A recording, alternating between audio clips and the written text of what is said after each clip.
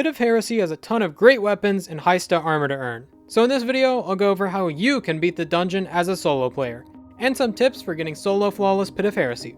Completing it solo will give you the Usurper triumph, needed for the Harbinger title, and solo without dying will give you this beautiful Crimson Echoes Emblem.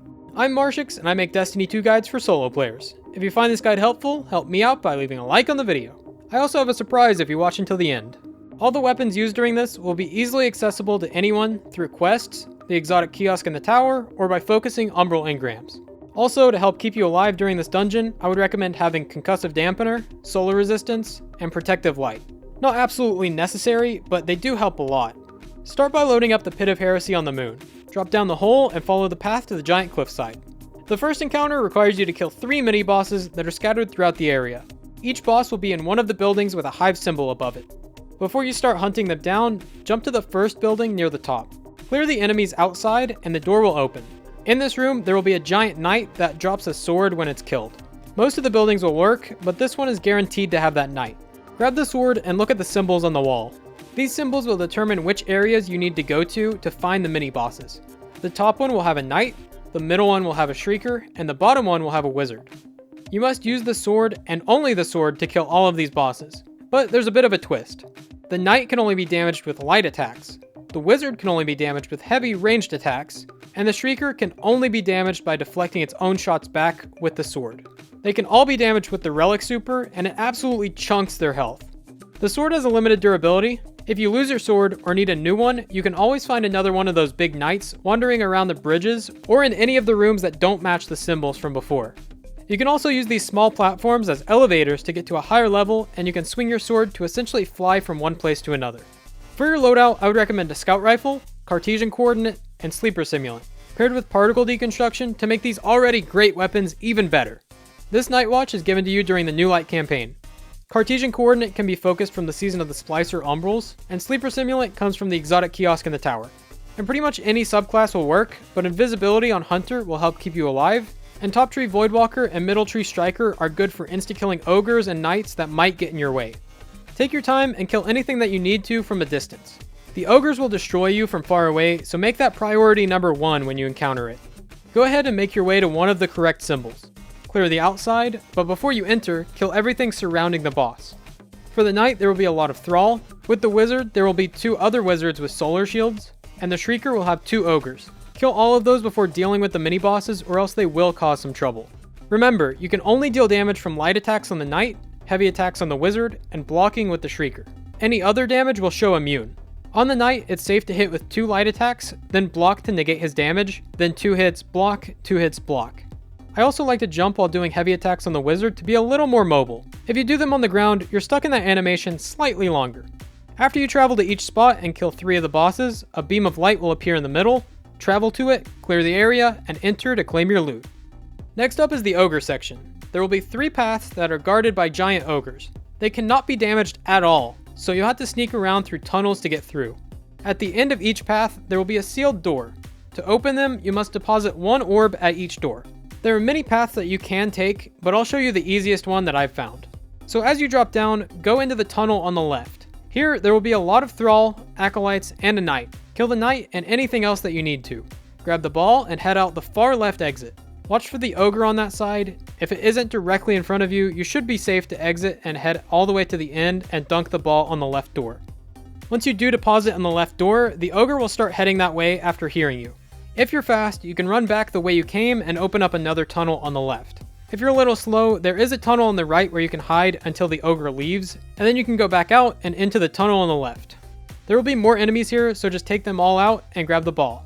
The entrance on the opposite side of where you entered is very close to the center door, so just run out and dunk it. From here, quickly run back a little bit and open the first tunnel on the left. Once again, clear everything out, grab the ball, and go to the other side. Run it to the end and dunk on the right door. The doors will open and you can enter. Before you shoot anything, there will be a spot to drop a rally flag by the middle door. The third encounter is very chaotic.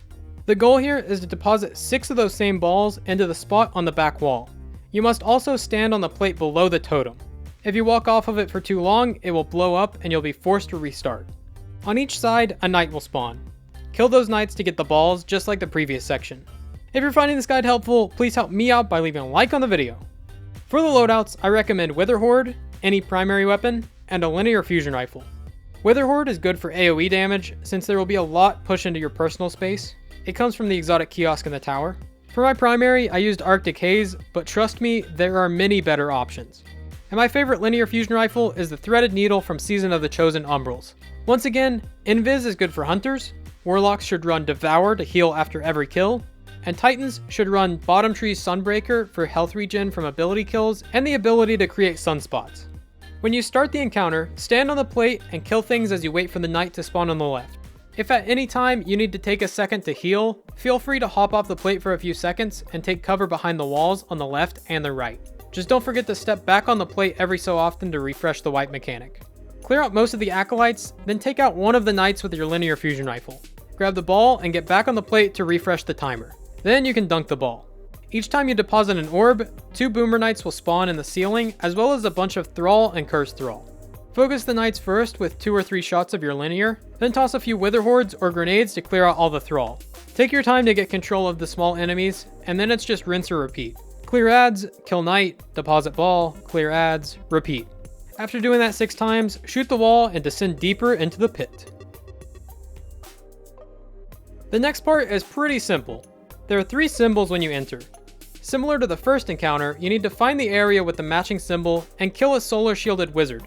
Anything will work here, but Sleeper Simulant makes quick work of all of them. They will all be surrounded by a handful of enemies, so you may want to take them out first, or you can focus on the wizards and the rest will despawn.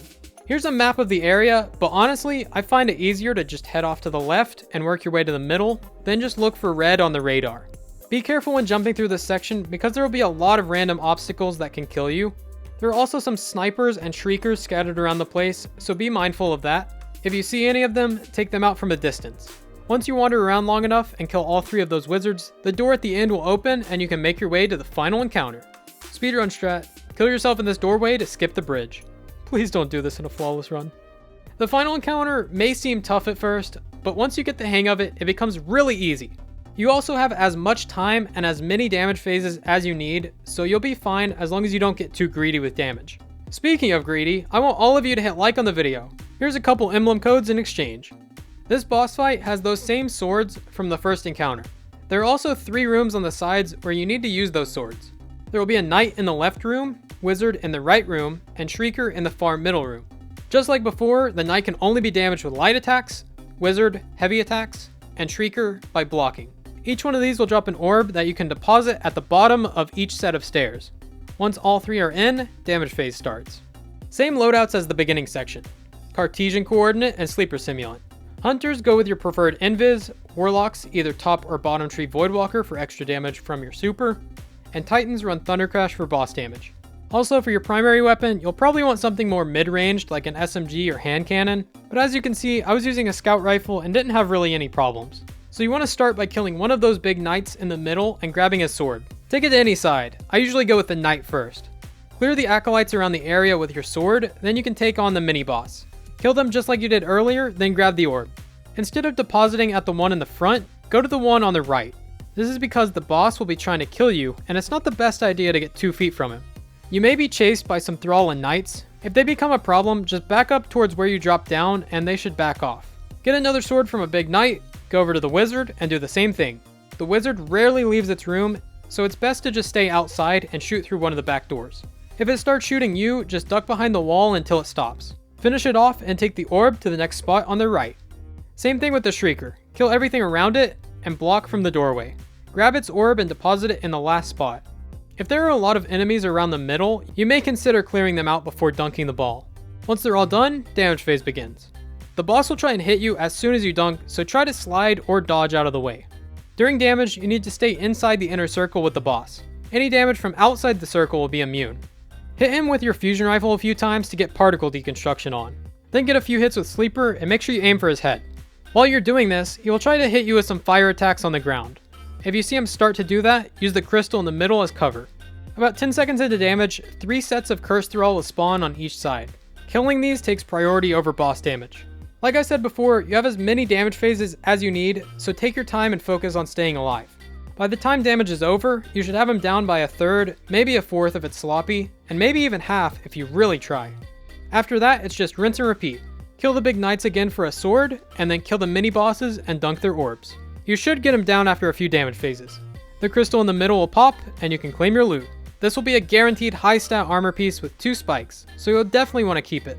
If you're interested in more ways to get high stat armor as a solo player, check out this video. Thanks for watching, I'm Marshix, and I'll see you next time.